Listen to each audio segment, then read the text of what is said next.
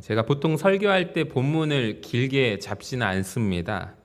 네, 지난주에 이어서 오늘 본문이 조금 길어요. 우리가 19장 10절, 9절과 10절을 읽었지만 사실 지난주에 18장 17절까지 했죠.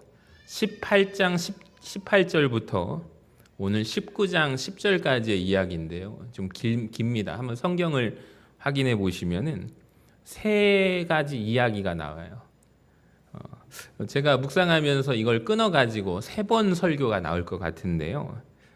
오늘 한 번에 9절과 10절만 읽었지만 사실은 18장 18절부터 19장 10절까지 3가지의 에피소드를 오늘 한 번에 설교하도록 하겠습니다.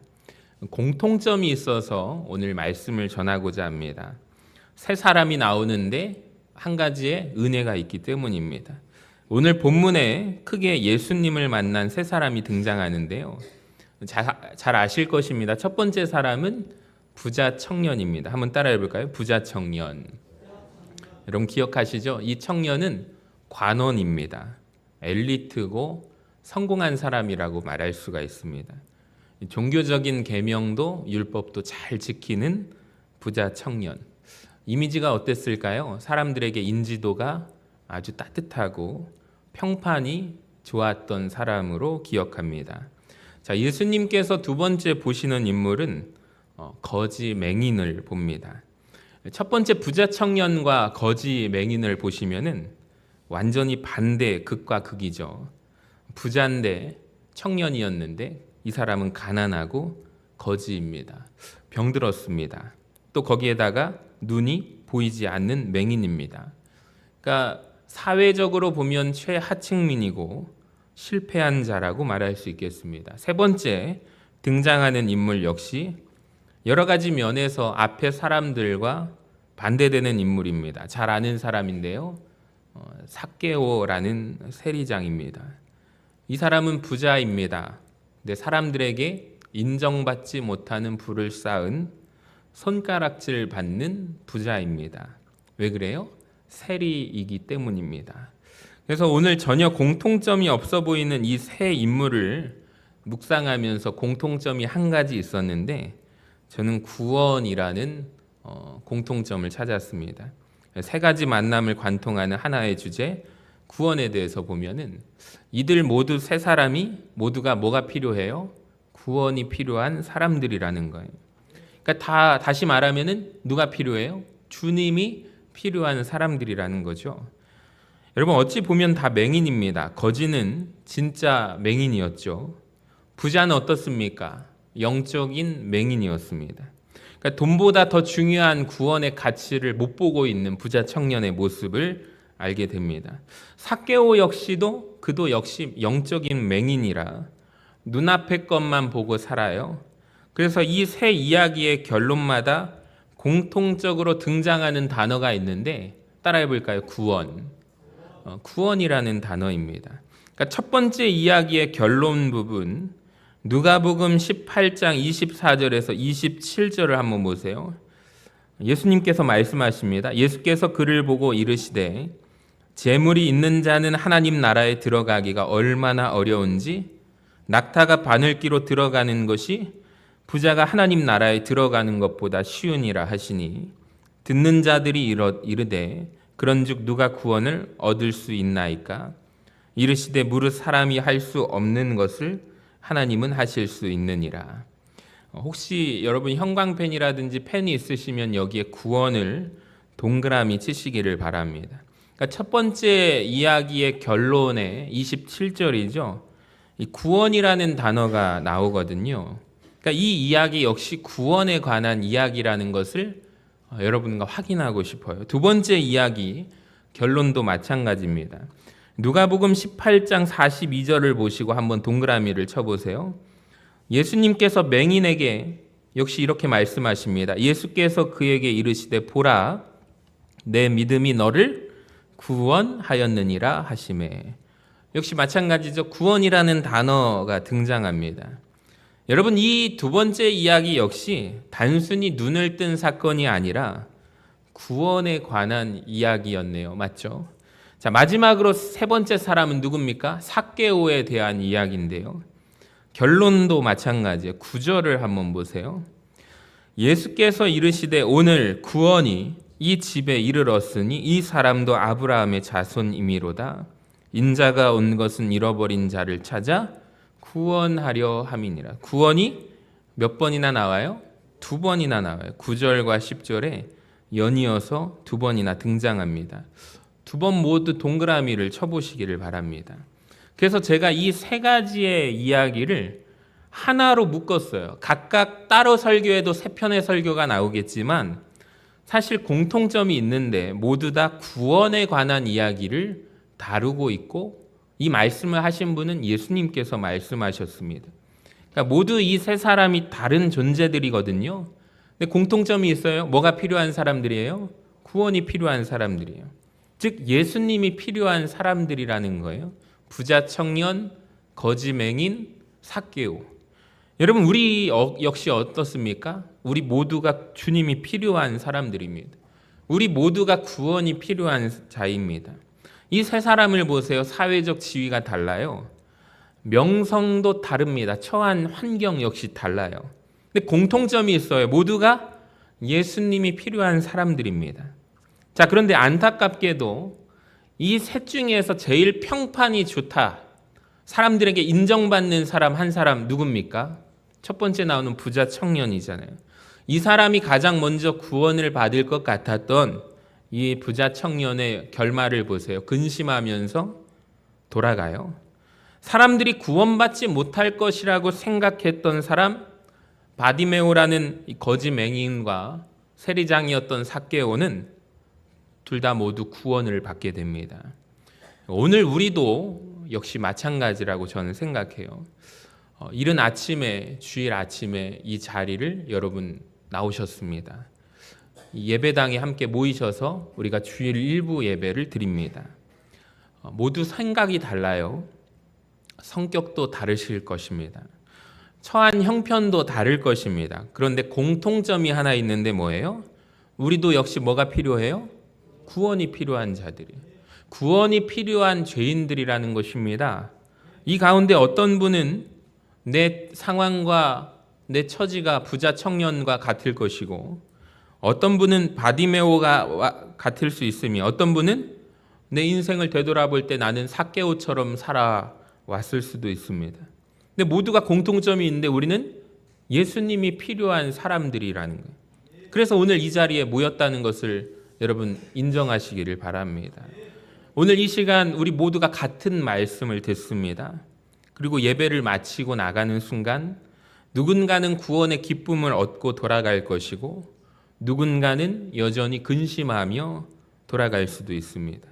오늘 이 시간 죄인이 구원받는 은혜가 있기를 주님의 이름으로 간절히 축원합니다. 본격적으로 제가 첫 번째로 묵상하면서 두 부자에 대해서 집중해 보았습니다. 낙타가 바늘기로 들어가는 기적이죠.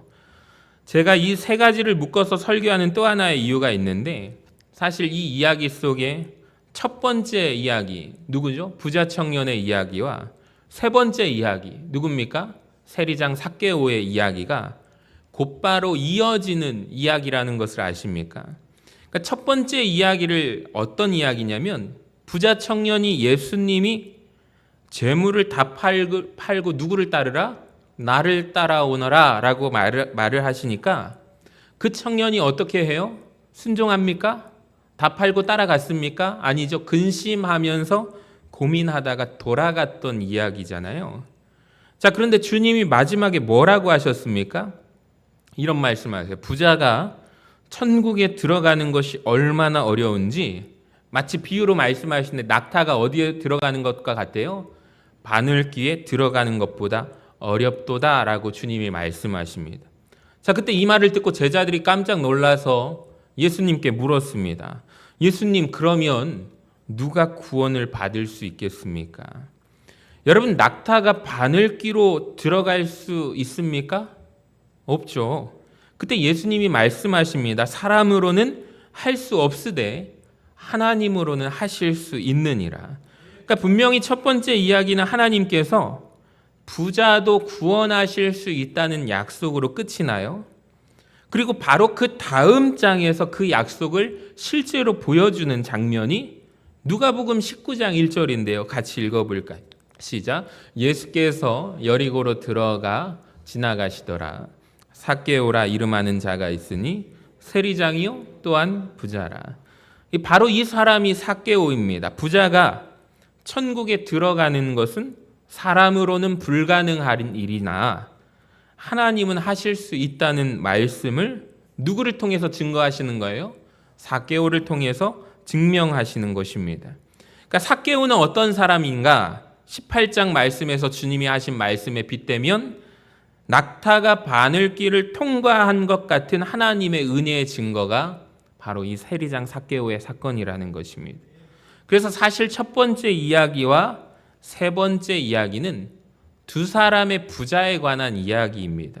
근데 이 사람 사이에 뭐가 끼어 있어요? 거지 맹인 바디메오의 이야기가 끼어져 있습니다. 여러분 오늘 본문 말씀을 묵상하실 때 이해가 되십니까? 이렇게 놓고 보면은 부자 청년과 삭개오는 여러 가지 공통점이 있네요. 둘 다 높은 위치, 사회적으로 높은 위치에 있고 둘 다 부를 쌓은 부자였습니다. 하지만 차이도 있습니다. 삭개오는 세리장입니다. 사람들에게 인정을 받지 못해요. 심지어 조롱을 받고 더 나아가 죄인의 취급을 받는 사람입니다. 그러니까 둘 다 관리였지만 한 사람은 존경받았고 한 사람은 손가락질을 받았습니다. 둘 다 부자입니다. 중요한 것은 이거예요. 돈을 어떻게 물질을 모았는가, 이것보다 돈을 어떻게 대했는가가 핵심입니다. 그러니까 예수님을 만난 뒤에 두 사람의 모습이 완전히 달라져요. 부자 청년은 예수님과 재물 사이에 고민하다가 결국에 무엇을 붙들게 되죠? 부를 붙들고 돌아가게 됩니다. 그러니까 재물을 붙들고 누구를 포기한 거예요? 예수님을 포기한 거예요. 자, 삭개오도 마찬가지입니다. 재물과 예수님 중에 선택해야 했습니다. 무엇을 붙들게 될까요? 재물을 붙들지 않고 예수님을 붙든 사람이 삭개오라는 것입니다. 여러분, 이 차이가 모든 것을 바꾸었습니다.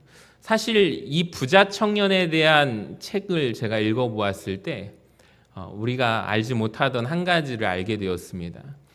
청년인데 부자입니다. 그럼 이 사람이 돈을 벌어서 부를 얻게 되었을까요? 어떤 방법으로 돈을 얻게 되었을까요? 청년이 어떻게 부자가 되었을까요? 저도 몰랐는데 부모의 재산, 유산을 받은 경우에 청년이 부자가 될 수 있는 경우가 있다고 합니다. 즉 자기가 땀 흘려서 번 돈이 아닙니다. 차이를 아시겠죠?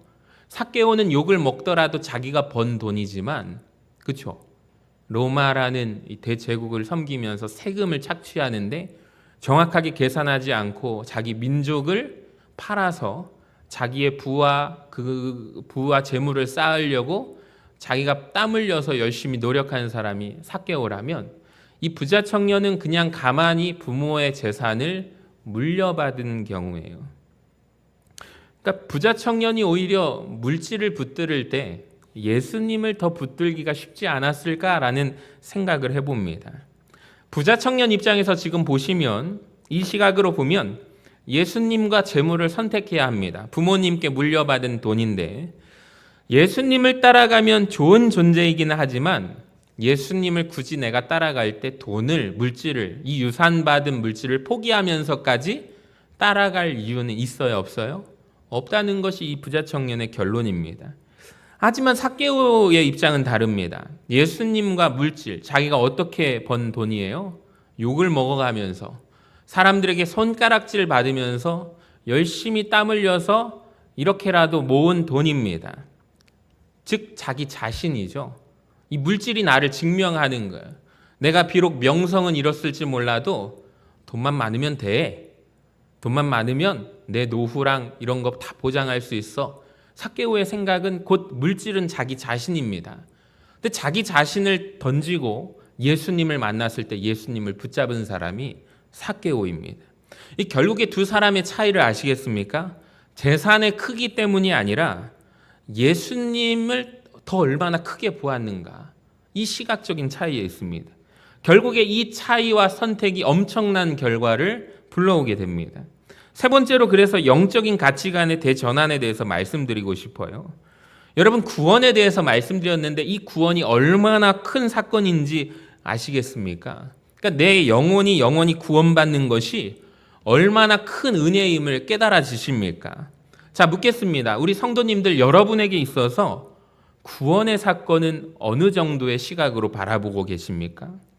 돈보다 구원 얻는 것이 더 커 보이십니까? 예수님이 정말 물질보다 더 커 보이십니까? 한번 우리가 솔직하게 생각해 봅시다. 우리가 물질을 포기하면서까지 예수님을 따라갈 수 있는 존재입니까? 실제적으로 질문하면 답이 나와요. 여러분에게 만약에 딸이 있다고 생각해 보시면 이 결혼 정년기가 되어서 딸이 부모에게 여러분에게 솔직하게 어느 날 밥을 먹으면서 이런 대화를 해요.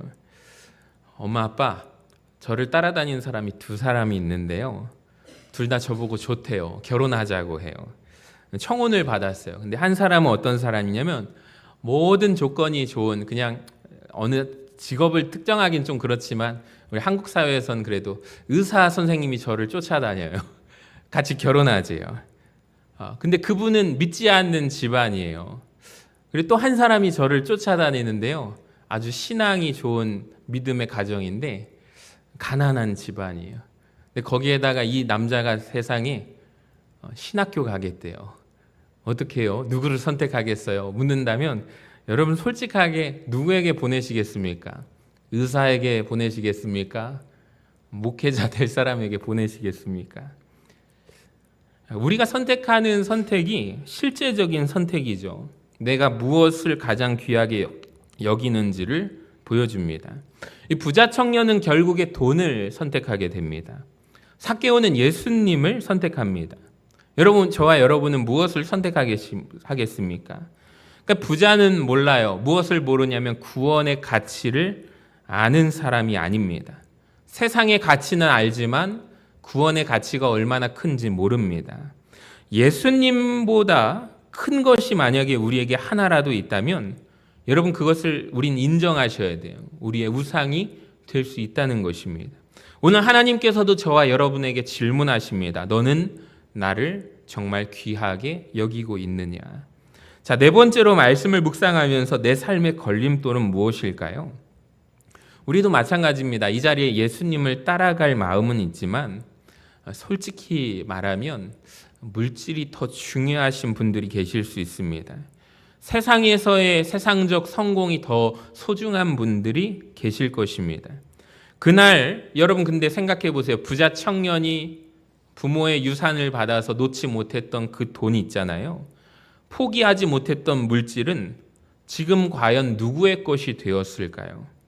순간이지만 찰나의 돈 때문에 예수를 따르지 못했던 그 청년은 지금 어디에 있을까요? 저는 부자 청년이 너무 안타깝습니다. 참 괜찮은 사람이에요. 도덕적으로도 인정받았던 사람인 것 같습니다. 근데 그에게 한 가지 부족한 것이 있는데요. 예수님의 질문을 보면 참 놀랍습니다. 10계명 가운데 이웃과 관계된 계명들을 하나씩 물으십니다. 뭐라고 물어보시냐면 이런 질문을 하세요. 살인하지 말라, 간음하지 말라, 도둑질하지 말라, 부모를 공경하라. 자, 그런데 예수님이 묻지 않으신 계명이 하나 있어요.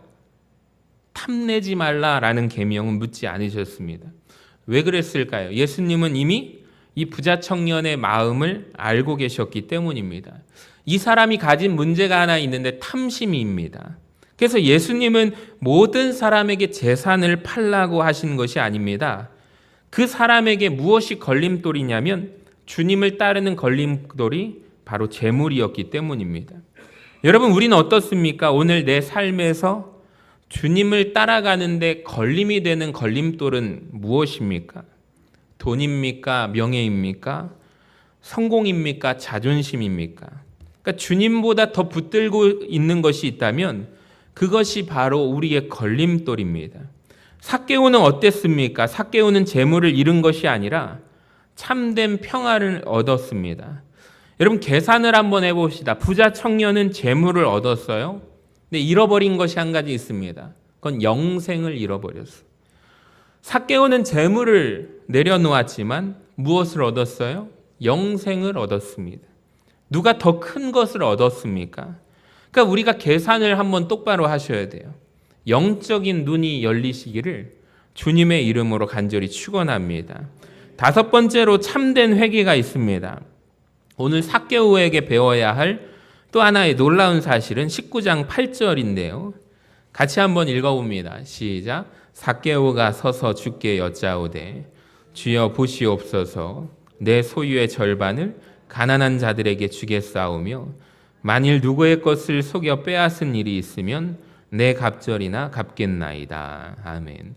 그러니까 삭개오는 단순하게 잘못했습니다라고 말하지 않았습니다. 그러니까 자기가 피해를 준 사람들에게 실제로 갚겠다고 결단했어요. 그러니까 참된 회개는 무엇입니까? 입술의 고백에서 끝나지 않고 삶의 변화로 이어지게 됩니다. 그때 주님께서 선언을 하세요. 9절을 보세요. 오늘 구원이 이 집에 이르렀으니. 그러니까 회개가 구원의 조건이라는 말은 아닙니다. 구원받은 사람에게 반드시 나타나는 회개의 열매가 있다는 거예요. 삭개오는 구원을 얻기 위해 재산을 나눈 것이 아니라 구원을 받았기 때문에 기쁨으로 재산을 나누었습니다. 여러분, 삭개오를 통해서 우리가 참된 회개의 열매를 보게 되는데 오늘 우리에게도 이런 참된 회개의 은혜가 있기를 주님의 이름으로 간절히 축원합니다. 여섯 번째로 은혜를 사모하는 자에 대해서 생각해 보았습니다. 제가 아까 전에 말씀드렸지만 이 본문 말씀은 사실 두 부자의 이야기입니다. 젊은 부자 관원 청년과 삭개오이죠. 자, 그렇다면 중간에 등장하는 소경 맹인 거지는 왜 기록했을까요? 누가복음 18장 35절에 보세요. 여리고에 가까이 가셨을 때 한 맹인이 길가에 앉아 구걸하다가 다윗의 자손 예수여 나를 불쌍히 여기소서. 여러분, 이 맹인 입장에서 한번 생각해 보십시오. 예수님이 자기 마을에 지나간다는 소식을 듣게 되자 맹인입니다. 앞을 보지 못합니다. 온 힘을 다해서 부르짖었습니다. 얼마 전에 월드컵 개막할 때 우리나라 이재라는 여자 가수 있잖아요. K-팝 데몬 헌터스 노래 불렀던 아주 유명한 여자 가수가 보첼리라는 소경 앞에 못 보는 아주 유명한 가수하고 같이 자리에 섰습니다. 온 세계가 놀랐습니다. 한국 사람이. 근데 세밀하게 앞에 못 보는 사람을 자꾸 이렇게 어깨를 토닥여주고 괜찮다. 여긴 안전한 곳이다. 입장부터 퇴장할 때까지 챙기는 모습을 보면서 아무리 노래를 잘 부르고 안드레나 보첼리가 유명한 사람이라 할지라도 앞을 못 보거든요. 근데 세심한 배려 툭툭 쳐주면서 안전하다. 여긴 지금 무대고 같이 서로 호흡을 맞추면서 그런 디테일한 모습이 영상이 화제가 된 적이 있습니다. 이 사람도 마찬가지입니다. 앞을 못 보면 몸의 균형을 잡기가 어렵죠. 그리고 앞이 보이지 않는 상황에서 지금 어떤 상황이 이루어지는지 모릅니다. 근데 이 사람이 딱 한 가지만 붙잡아요. 지금 누가 지나가신다? 예수님이 지나가신다. 누군가가 사람들이 외치는 소리를 듣자 있는 힘을 다해서 그 자리에서 부르짖기 시작합니다. 다윗의 자손 예수여 나를 불쌍히 여기소서. 사람들은 조용히 하라고 했을 것입니다. 꾸짖고 심지어 욕을 했을 것입니다. 그런데 이 사람은 더욱더 그럴수록 발악하면서 크게 외치기 시작합니다. 다윗의 자손 예수여 나를 불쌍히 여기소서. 그러니까 여기에서 중요한 사실이 있는데 이 소경 바디메오가 누구를 놓치지 않아요? 예수님을 놓치지 않았다는 것입니다. 예수님은 원래 예정이 무엇이냐면 여리고에 있는 삭개오라는 부자를 만나러 가시는 길입니다. 근데 그 사이에서 바디메오가 그 기회를 놓치지 않아요. 간절히 부르짖었을 때 예수님의 발걸음이 멈추게 됩니다. 여러분, 천국은 침노하는 자의 것임을 잊지 마시기를 바랍니다. 그러니까 은혜를 간절히 사모하는 사람이 은혜를 받게 됩니다. 어쩌면 오늘 예배의 주인공은 내가 아니었을 수도 있습니다. 그런데 오늘 이 자리에서 내가 간절히 주님을 찾고 부르짖는다면 여러분 오늘 은혜의 주인공이 될 수가 있습니다. 오늘 혹시 처음 예배드리시는 분 계십니까? 오늘 이 자리가 여러분을 위한 구원의 날이 되시기를 주님의 이름으로 간절히 축원합니다. 마지막으로 한 가지만 말씀드리고 마치겠습니다. 세 사람이 예수님을 만났죠. 그런데 아주 놀라운 차이가 하나 있어요. 세 번째 등장하는 사람의 이름은 삭개오입니다. 두 번째 등장하는 맹인의 이름은 누가복음에는 없지만 마가복음에 나오거든요.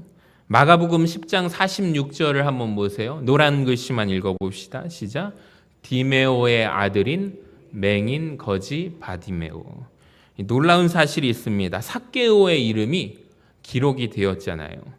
오늘 바디메오라는 이 거짓 소경에 대해서 이름도 기록되어 있습니다. 근데 사복음서를 아무리 찾아봐도 첫 번째 주인공 누구죠? 부자 청년의 이름은 기록되어 있지 않습니다. 마태복음의 마태는 청년, 마가복음의 마가는 한 사람, 누가복음에서 누가는 한 관원, 이렇게 기록합니다. 이름이 있어요, 없어요? 없습니다. 제가 부자와 나사로에 대한 부분을 설명하면서 이런 말씀을 드렸습니다. 하나님께서 기억하시는 이름이 있습니다. 하나님이 기억하지 않으시는 이름이 있다는 것입니다. 사람들 입장에서 그 당시에 부자 청년이 평판이 좋았습니다. 이미지가 좋았습니다. 신뢰 있는 사람입니다. 그렇다면 이 사람의 이름을 모두가 기억했을 것입니다. 그런데 성경은 이 부자 청년의 이름을 기록하지 않았습니다. 반대로 사람들에게 외면당했던 바디메오, 이름이 있지만 거지라고도 불렸을 거고 안 못 보는 소경이라고도 불렸을 것입니다. 이 바디메오, 세리장이었던 삭개오, 이름이 있지만 저 매국노라고 불렸을 것입니다. 근데 성경은 보세요. 바디메오와 삭개오의 이름을 영원히 기록해 둡니다. 여러분 정말 중요한 관점이 있습니다. 세상 사람들이 내 이름을 기억하는 것이 아닙니다. 딱 한 가지 누가 기억하시면 돼요? 하나님이 내 이름을 기억하시면 됩니다. 내 이름이 하늘나라 어린 약 생명책에 기록되어 있는 것입니다.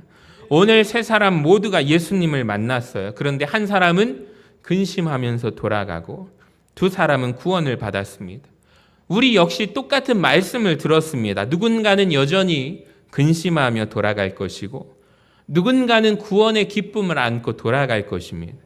부자 청년은 아마 이런 생각하지 않았을까요? 다음 기회가 있겠지. 또 예수님 만날 날이 있겠지 생각했을지도 모릅니다.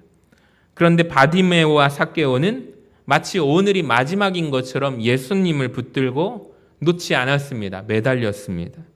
여러분 우리도 마찬가지입니다. 지금이 주님을 만날 때입니다. 오늘 내 이름이 하나님 앞에 기억되는 복된 이름이 되시기를 주님의 이름으로 간절히 축원합니다.